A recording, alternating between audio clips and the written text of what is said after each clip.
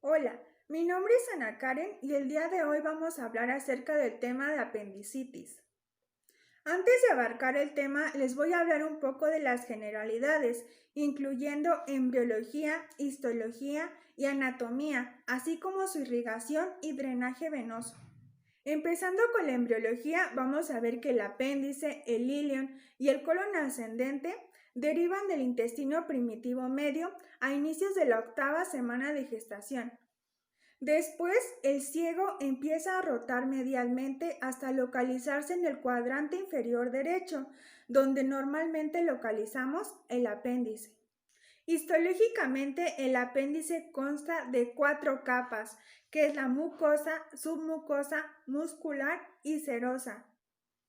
Los puntos a destacar dentro de su histología es que en la mucosa es donde se localizan las células caliciformes, que van a ser las células productoras de moco.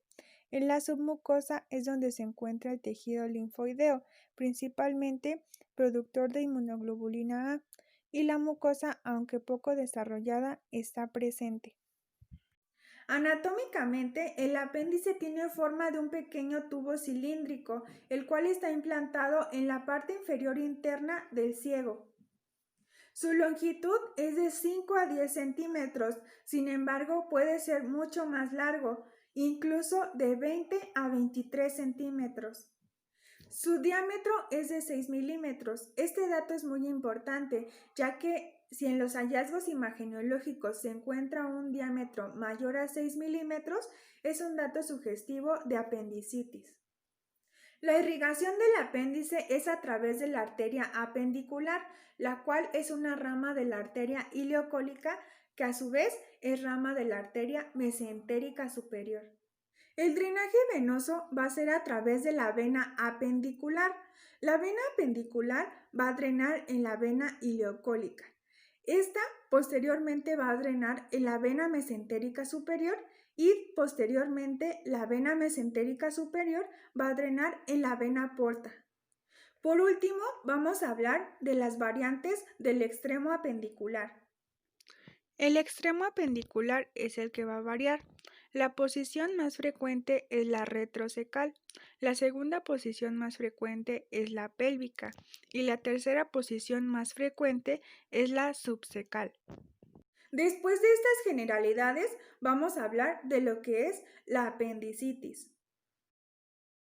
La apendicitis se define como la inflamación del apéndice vermiforme y esta representa la principal causa de abdomen agudo, así como la principal indicación quirúrgica urgente en el mundo. Como les mencionaba, la apendicitis es la principal causa de abdomen agudo, el cual tiene una resolución quirúrgica. El riesgo de presentar apendicitis de una persona durante toda su vida es de un 6 a un 7%. La incidencia en México es de una persona con apendicitis por cada 1000 habitantes. Ocurre con mayor frecuencia entre la segunda y la tercera década de la vida y va a ser rara en menores de 5 años y en mayores de 50 años. La apendicitis tiene mayor incidencia en el sexo masculino que en el sexo femenino, con una relación de 1.41 respectivamente. La perforación se correlaciona fuertemente con la duración de los síntomas. Cuanto más tarde un paciente en recibir tratamiento, mayor será el riesgo de una perforación y posteriormente desarrollar una peritonitis.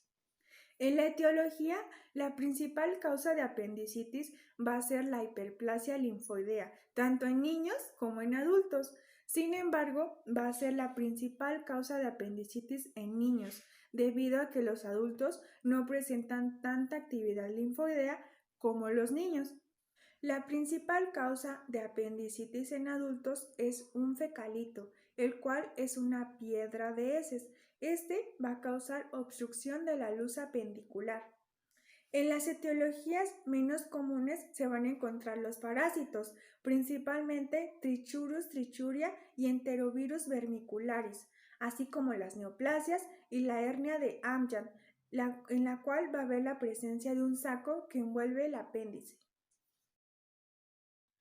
Empezando con la hiperplasia linfoidea, que es la causa más común de apendicitis en los niños, vamos a ver que el ciego se encuentra cubierto por epitelio cilíndrico, el cual está representado en color morado. Intercalado a este epitelio se encuentran los folículos linfoideos de un color amarillo. Estos folículos linfoideos, debido a una alta actividad en los niños, se van a hipertrofiar, entonces pueden ocasionar una obstrucción de la luz, donde como consecuencia vamos a tener una apendicitis. Continuando con el fecalito, que es la causa más común de apendicitis en adultos, este fecalito es una acumulación de heces, el cual también puede ocasionar una obstrucción de la luz apendicular y posteriormente una apendicitis. En las causas menos comunes de apendicitis se encuentra la hernia de Amgen, la cual es la presencia del apéndice en el interior del saco de una hernia inguinal, donde podría dar lugar a una apendicitis. Continuando con la fisiopatología, todo va a empezar por una obstrucción del lumen, independientemente de la causa, ya sea por hiperplasia linfoidea o por un fecalito. Debido a esta obstrucción va a haber una disminución del flujo linfático y venoso. A esto se le conoce como fase catarral, la cual dura de 4 a 6 horas. En esta fase va a iniciar la estimulación de las vías aferentes viscerales, por lo que se va a presentar dolor. La característica de este dolor es que es un dolor tipo vago. Además, debido a esta estimulación, va a haber la presencia de hiporexia, la cual va a preceder el cuadro de apendicitis. En esta fase, el apéndice se caracteriza por presentar hiperemia, edema y erosiones de la mucosa junto con un infiltrado inflamatorio en la submucosa. El aspecto macroscópico del apéndice es normal. Debido a la disminución del flujo linfático y venoso, va a haber una proliferación bacteriana, por lo que se va a presentar el aumento de volumen, edema y la formación de fibrina. A esta fase se le conoce como fase fibrinosa. Esta se va a presentar a partir de las 6 horas. En esta fase el dolor ya no es tipo vago, sino tipo somático, por lo que empieza a ser localizado. Estas dos fases, es decir, la fase catarral y la fase fibrinosa, son conocidas como las fases no complicadas. Posterior al aumento de volumen, edema y formación de fibrina, inicia la disminución del flujo arterial. Primero fue la disminución del flujo linfático y venoso, ahora es la disminución del flujo arterial, por lo que se van a producir microperforaciones. A esto se le conoce como la fase purulenta y se presenta a las 12 horas. En esta fase inicia la presencia de fiebre. Posteriormente, inicia el aumento de las microperforaciones, por lo que se presenta la fase gangrenosa aproximadamente a las 24 horas. A estas últimas dos fases, es decir, la fase purulenta y la fase gangrenosa, ya se les conoce como fases complicadas. Como consecuencia de una perforación se puede presentar una peritonitis o una masa. En cuanto a la peritonitis, hay de tipo localizada y de tipo difusa. La localizada se va a caracterizar por presentarse solo en un cuadrante y la difusa por estar presente en 2 o más cuadrantes. Por otro lado, la presencia de una masa debido a un plastrón se debe a que el peritoneo crea una zona defensiva alrededor para evitar que la infección se disemine. Pero también se puede presentar una masa debido a un absceso por la misma gangrena y perforación. Se pueden distinguir debido a la presencia o no de síntomas peritoneales, y en ambos va a haber la presencia de dolor, especialmente en cuadrante inferior derecho. En el cuadro clínico, la hiporexia va a ser el síntoma prodrómico, como lo vimos en la fisiopatología. Además, la hiporexia nos puede ayudar con el diagnóstico, ya que un paciente que presenta un cuadro de apendicitis no tiene ganas de comer. El dolor es típicamente periumbilical y en epigastrio. donde más tarde va a haber una migración hacia el cuadrante inferior derecho. Sin embargo, solo en 50 a 60% de los pacientes ocurre esta migración del dolor. El dolor abdominal es el síntoma más frecuente que se presenta en los pacientes. Sin embargo, también se describen síntomas como náuseas, diarrea y vómito. El dolor, las náuseas o vómito y la fiebre representan lo que se conoce como secuencia de Murphy, que no es lo mismo que signo o punto de Murphy. Esta secuencia de Murphy nos habla del orden en que se presentan los síntomas en el paciente. La hiporexia y la febrícula se presentan en casi todos los casos.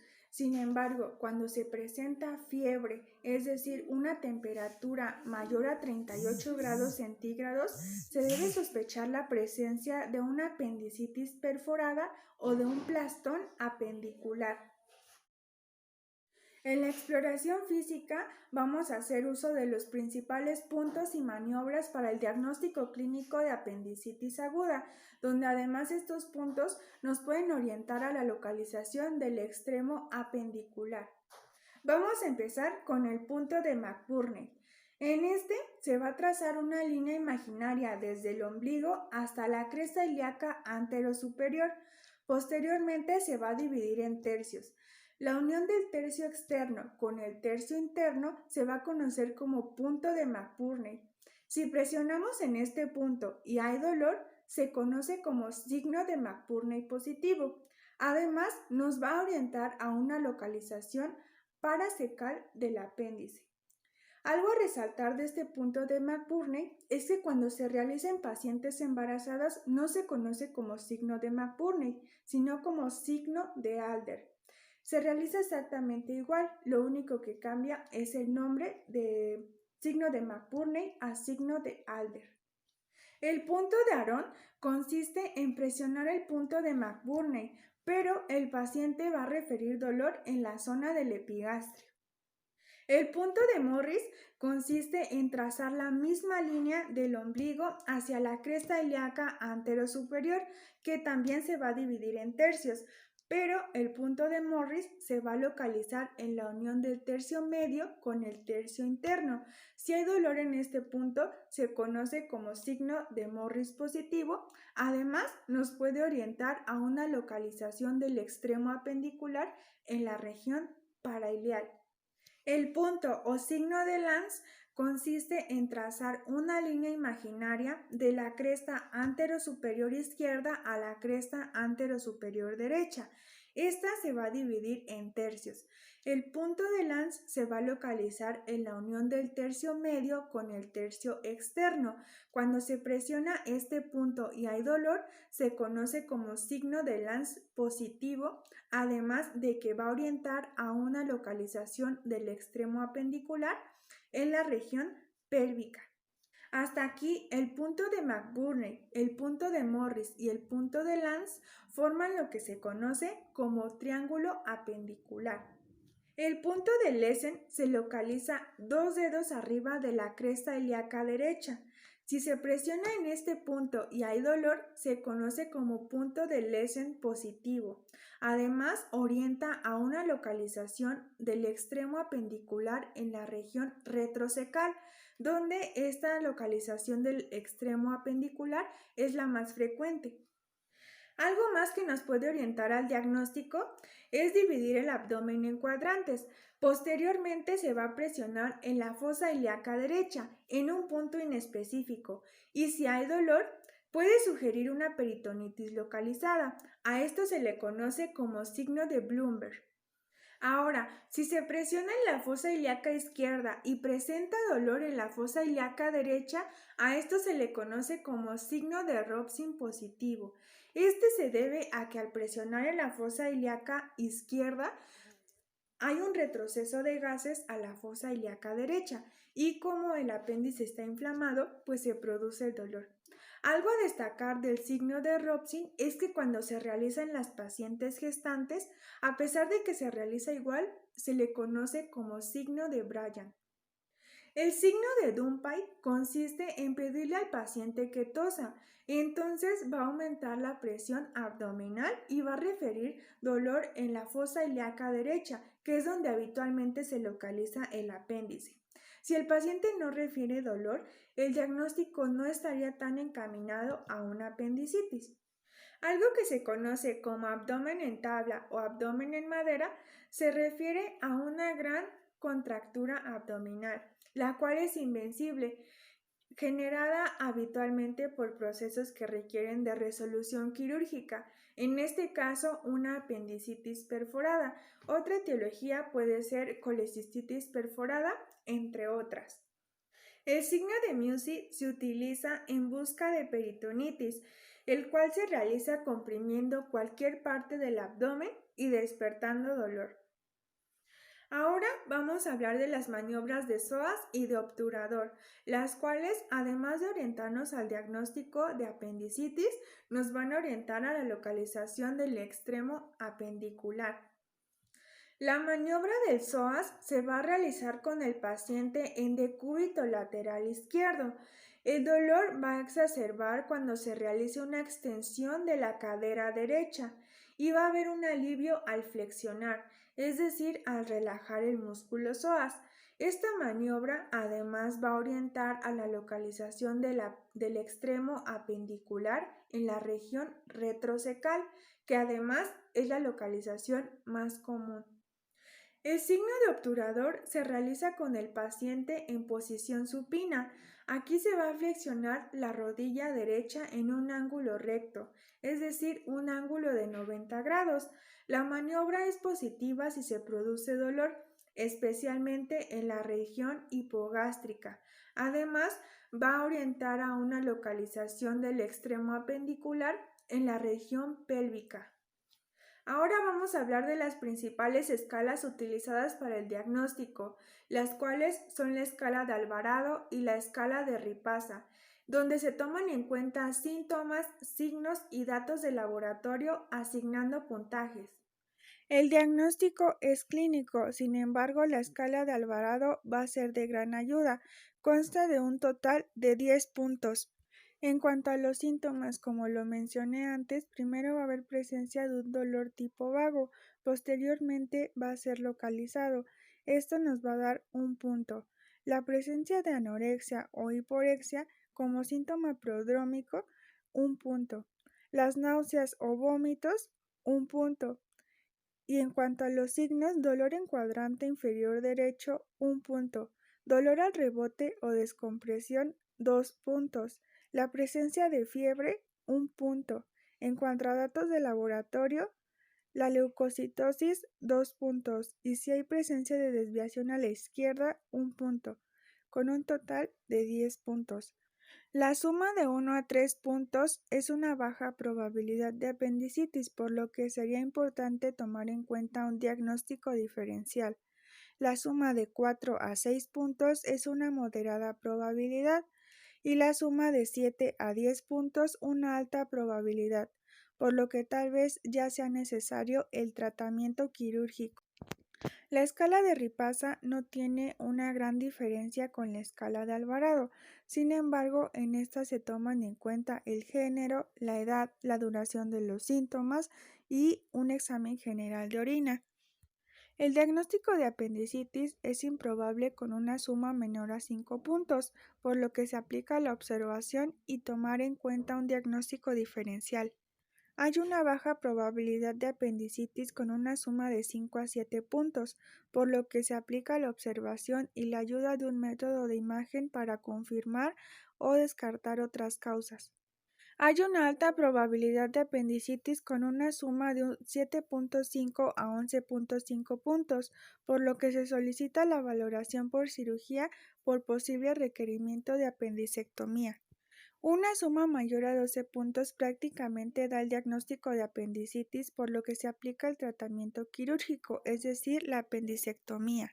El diagnóstico sigue siendo clínico, sin embargo, en datos de laboratorio de una apendicitis vamos a encontrar el conteo leucocitario mayor a 10.000 células con desviación a la izquierda, además de un PCR mayor a 1.5 y en caso de presentar una leucocitosis mayor de 20.000 se puede asociar a una perforación apendicular, por lo que se puede implementar la tríada de leucocitosis, neutrofilia e incremento de la PCR.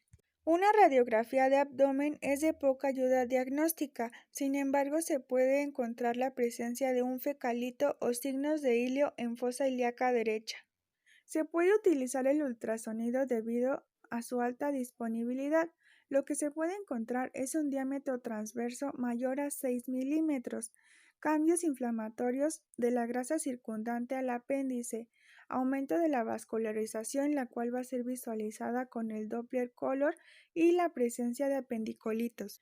La TAC se considera el gold estándar en el diagnóstico de apendicitis. Como criterio se pueden aplicar un apéndice con mayor de 6 milímetros de diámetro, una pared apendicular mayor a 2 milímetros y la presencia de apendicolito. En el diagnóstico diferencial vamos a tomar en cuenta la edad y el género y lo vamos a dividir en pacientes pediátricos, mujeres, adulto joven y adulto mayor. En pacientes pediátricos, los principales diagnósticos diferenciales es una obstrucción intestinal, una invaginación intestinal, la presencia de vólvulos intestinales o una adenitis mesentérica, las cuales se descartarían principalmente con un TAC o también una gastroenteritis que también son muy comunes en la población pediátrica.